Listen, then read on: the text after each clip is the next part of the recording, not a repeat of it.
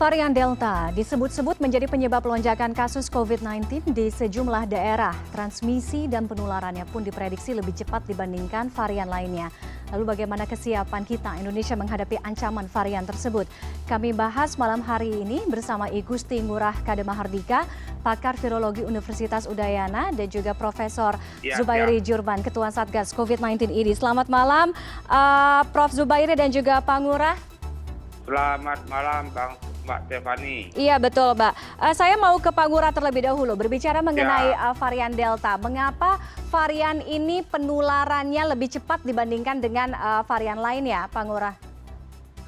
Begini, saya melihat data yang ada belum menunjukkan seperti itu.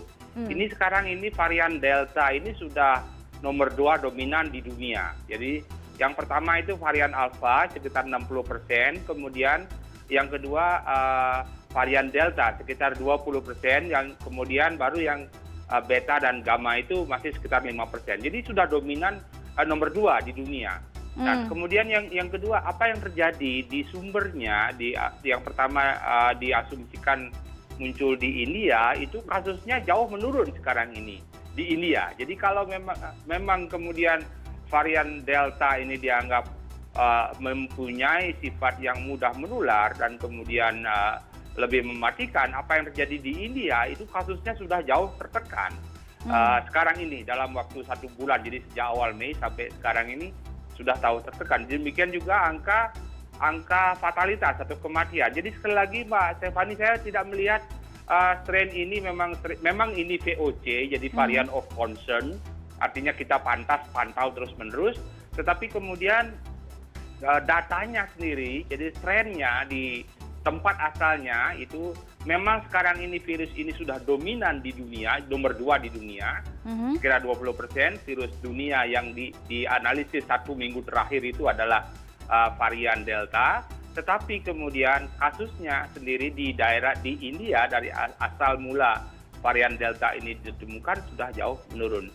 Jadi saya tidak melihat tren data yang menunjukkan bahwa virus ini memang lebih mudah menular dan lebih fatal. Oke, Pak Ngurah, lantas kenapa varian ini mendominasi lonjakan kasus di beberapa daerah? Paling tidak dilaporkan 3 daerah Indonesia, ini lonjakan kasus akibat virus COVID-19 varian Delta ini meningkat.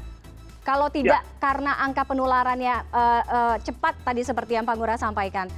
Begini, saya untuk Indonesia, saya harus jujur secara saintifik katakan data Indonesia tidak pernah kita bisa jadikan acuan. Karena kita sejak lama dikenal low testing, jadi jumlah pengujian kita rendah. Dan kemudian waktu untuk mengungkap suatu virus yang ditemukan pada pasien, kemudian diketahui kemudian variannya itu sampai lebih dari seminggu atau bahkan sampai sebulan.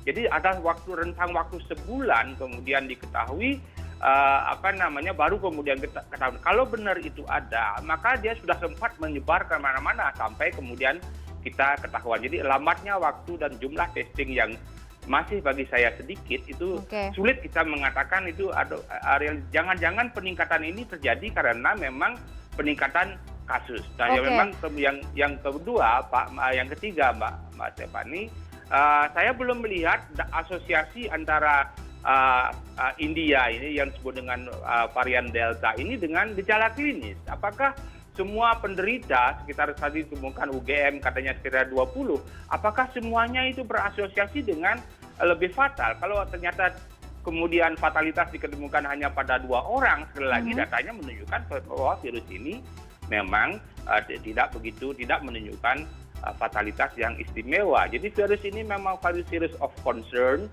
tetapi bagi saya Mbak Stefani, semua virus COVID adalah virus of concern, varian of concern. Kita tidak boleh memfokuskan 1-2, artinya kita harus secara global mengatasi semua virus COVID yang ada di Indonesia. Saya kira itu Mbak Stefani. Oke, jadi artinya apa yang terjadi sekarang, lonjakan kasus yang dikabarkan karena adanya varian Delta, Pak Ngurah agak sedikit meragukan karena berdasarkan dari data juga dan terlalu dini untuk menyimpulkan bahwa itu dikarenakan varian Delta, begitu ya Pak Ngurah?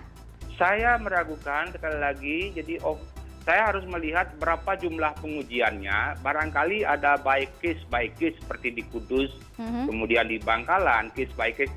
yang sebelumnya tidak mungkin dilakukan testingnya sedikit, tapi kemudian tiba-tiba dilakukan testing, kemudian sekarang pertanyaannya dari Bangkalan atau dari Kudus, itu dari sekian banyak virus ditemukan berapa porsinya yang virus varian Delta ini. Sekali lagi Mbak, jadi kalau sekarang tidak ada asosiasi dengan gejala klinis, kalau misalnya virus Delta memang diketemukan banyak, tetapi asosiasinya dengan gejala klinis tidak ada, saya kira tidak perlu harus membuat kita panik. Jadi yang lebih besar Gejala klinis seperti apa Pak Ngurah maksudnya? Artinya apakah orang yang positif virus Delta ini menderita gejala yang berat atau bahkan fatalitas atau kematian. Kalau itu tidak ada, artinya sekarang mungkin varian ini memang lebih mudah menular, lebih cepat menyebar. Sekali lagi, 2 minggu yang lalu porsinya hanya 5% di dunia, sedangkan saat ini memang 20% virus dunia yang ditemukan 1 minggu terakhir ini memang varian Delta. Artinya memang tren ini bahwa virus ini memang trennya lebih mudah menyebar. Tetapi sekali lagi di asalnya Mbak, di asalnya di India, itu kasusnya sudah jauh menurun dari 400.000 awal Mei, sekarang ini hanya 60-70 ribu per hari. Jadi sudah terjadi penurunan kasus yang drastis. Sekali lagi ini juga membantah membantah dugaan bahwa virus ini kemungkinan lebih mudah menular. Saya kira itu dulu informasinya, Pak. Baik, Pak Ngurah, terima kasih. Saya akan lanjut ke Prof. Zubairi. Pak Ngurah tetap bersama saya. Prof. Zubairi, saya ingin tanggapan dari Satgas ID. Bagaimana melihat lonjakan kasus di beberapa tempat yang dikabarkan karena varian Delta, namun tadi Pak Ngurah menyampaikan terlalu dini untuk menyimpulkan, bahkan agak sedikit meragukan, tapi apapun itu, semua jenis varian, semua jenis virus itu harus menjadi alert untuk kita. Bagaimana Satgas melihat lonjakan yang terjadi ini? Apakah semata memang karena tingkat tinggi karena pasca libur lebaran kah, atau memang pengendaliannya yang memang sejauh ini belum bisa mengendalikan pandeminya, seperti apa Prof? Iya, maaf ini pertama voice-nya harus dari kuping supaya lebih baik. Tidak apa-apa, Prof. Pertama, virus ini ada banyak masalah kita di Indonesia. Yang pertama adalah mengenai habis lebaran. Itu banyak sekali kerumunan, banyak sekali perjalanan. Yang kedua, itu ada banyak sekali orang Indonesia yang dari Malaysia yang tertular. Kemudian yang ketiga, tenaga kerja asing. Yang berikutnya lagi ada halal bihalal, salaman. Nah, kemudian yang terakhir mengenai virus. Kalau virus itu ada 3 hal dari sifat virus ini. Satu, memang virus ini jauh lebih menular. Itu dibuktikan di Inggris yang tadinya itu mereka kan alpha, itu artinya 17 itu. Namun kemudian sekarang ini, hari-hari terakhir ini, 90% dari kasus baru itu berasal dari varian Delta. Jadi amat sangat cepat sekali, karena lebih dari 90% di Inggris sekarang jadi varian Delta, itu satu. Yang kedua, memang lebih serius. Buktinya lebih serius karena kalau tanpa gejala kan tidak dirawat di rumah sakit. Sekarang ini rumah sakit di Indonesia, di Jakarta apalagi, itu penuh. Demikian pula di Bandung dan juga di Kudus. Jadi itu memang lebih serius. Yang ketiga, bukti dari Inggris bahwa vaksin-vaksin yang sudah diberikan itu, kalau baru suntikan pertama, daya lindung terhadap varian ini hanya sekitar 30%. Kalau sudah 2 kali suntik memang naik, namun tidak mendekati 100%, masih jauh. AstraZeneca misalnya hanya berhasil lindungi sekitar 60%. Oke, Prof. Zubairi, beberapa daerah kan mencatatkan lonjakan, kemudian peningkatan keterisian rumah sakit. Sementara itu Menteri Kesehatan Pak Budi Gunadisadikin meminta semua tenaga kesehatan, dokter untuk siaga menghadapi lonjakan. Kesiapannya seperti apa? Karena di daerah juga banyak dilaporkan nakes kita yang terpapar akibat virus ini. Iya, harus dari 2 belah pihak. Jadi pertama memang kita tim dokter tentu kita siap siaga untuk membantu mana yang lebih memerlukan gitu ya. namun di pihak lain ini bukan apa-apa, kan misalnya dari Jakarta diperbantukan ke Kudus, itu sudah diperbantukan. Kalau yang ke rumah sakit swasta itu, ya kan mereka perlu insentif kan, itu lancar. Namun begitu ke RSUD agak lambat, jadi mohon untuk yang RSUD insentifnya bisa dipermudah, jadi jangan prosedur adminkunya jangan terlalu repot gitu ya. Oke, rekomendasi dari Prof. Zubairi, dari Satgas ID sendiri melihat lonjakan kasus kemudian Jakarta yang genting dalam situasi genting untuk berhadapan dengan pandemi ini, seperti apa Prof?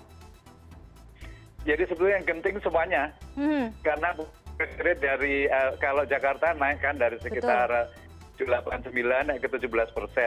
Kalau positivity rate yang seluruh provinsi Indonesia kan jauh lebih tinggi, di atas 20%. Jadi memang semuanya sebetulnya amat sangat serius untuk semua daerah di Indonesia. Nah itu mungkin istilah pembatasan mikro ini kurang begitu bisa ditangkap oleh masyarakat. Jadi mungkin perlu istilah yang lebih keras, lebih tegas gitu ya. Misalnya saya lihat itu ya, driver saya itu pulang dari Jakarta ke Depok kemarin malam, hari Senin malam tuh penuh sesak. Itu mohon ditertibkan supaya tidak terjadi lagi.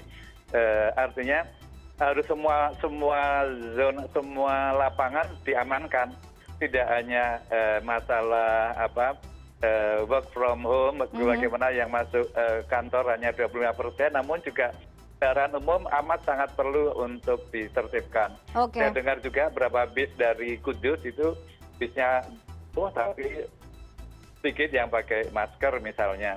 Jadi memang kita semuanya harus ketat banget, kewajiban dari masyarakat, namun perlu juga edukasi dari pemerintah dan pengawasan serta pendisiplinan. Oke, intinya kita tidak bisa lagi berhadapan dengan PPKM Mikro, tidak perkara istilah saja, tapi juga aturan yang harus lebih diperketat lagi, begitu ya Prof ya? Oke, iya. Saya kan kalau perlu istilahnya dianggap kurang greget ya, tolong diganti aja supaya lebih, walaupun isunya sama pembatasannya, namun mungkin harus istilahnya diperbaiki, atau lockdown atau apa, atau yang nyampaikan langsung dari Bapak Presiden untuk menunjukkan seriusnya masalah. Oke, Pak Ngurah, saya kembali ke Pak Ngurah. Pak Ngurah, walaupun tadi Pak Ngurah sampaikan belum tentu lonjakan yang terjadi karena varian Delta, karena satu dan lain hal, permasalahan data juga yang Anda ragukan, tapi intinya kita tetap harus waspada, kita tetap harus antisipasi terhadap apapun yang terjadi ke depannya. Salah satunya vaksinasi juga. Apakah vaksinasi yang kita punya sekarang, yang masyarakat terima sekarang ini cukup untuk melawan varian Delta itu sendiri sebenarnya Pak Ngurah? Siap, begini, saya sedikit dari Prof. Zubairi tadi. Jadi data di Inggris memang sekali lagi virus Delta ini sudah nomor 2 dominan di dunia. Virus Alpha masih dominan 60%. Sedangkan virus Alpha 20% seluruh dunia. Sedangkan di Inggris apa yang terjadi di Inggris sekarang ini, dari awal Januari mereka itu mencatat 70.000 kasus per hari, sekarang ini mereka mencatat hanya 2.000, 3.000 kasus per hari. Jadi dan Inggris, Amerika Serikat dan beberapa negara seperti Prancis, kemudian Jerman itu sudah mencapai coverage vaksinasi atau lingkup vaksinasi sudah di atas 50%. Jadi jadi sana kelihatan sekali bahwa vaksin efektif itu dulu. Jadi meskipun data publikasi karena simulasi lab itu menunjukkan penurunan daya protektivitas vaksin terhadap virus Delta, tetapi bukti lapangan, sekali lagi bukti dunia itu masih menunjukkan bahwa vaksin efektif. Nah, apa yang terjadi di negara kita? Di negara kita baru mencapai lingkup vaksinasi 7-8%. Sementara India itu mereka baru mencapai lingkup vaksinasi sekitar 15%. Ini data terakhir per kemarin saya lihat di database. Jadi kita masih sangat rendah sekali lingkup vaksinasi, dan karena itu ini yang harus didorong oleh pemerintah, the speed up perlu dipercepat itu untuk menuju coverage vaksinasi paling tidak 40%. Dan data sekali lagi menunjukkan vaksin efektif, Hanya saja memang coverage vaksinasi kita di Indonesia itu masih sangat rendah, masih belum memadai untuk menekan laju pandemi. Baik, terima kasih Pak Ngurah dan juga Prof. Zubairi. Banyak saran, banyak formula ideal yang disampaikan oleh bapak-bapak dan juga pakar-pakar lainnya tentunya. Tapi sayangnya apa yang terjadi di lapangan masih jauh dari kata ideal. Semoga ada langkah konkret, langkah tegas yang bisa memperketat dan juga bisa mengendalikan pandemi ini ke depannya. Terima kasih Pak Ngurah dan juga Prof. Zubairi sudah bergabung dengan kami malam hari ini. Selamat malam. Selamat malam.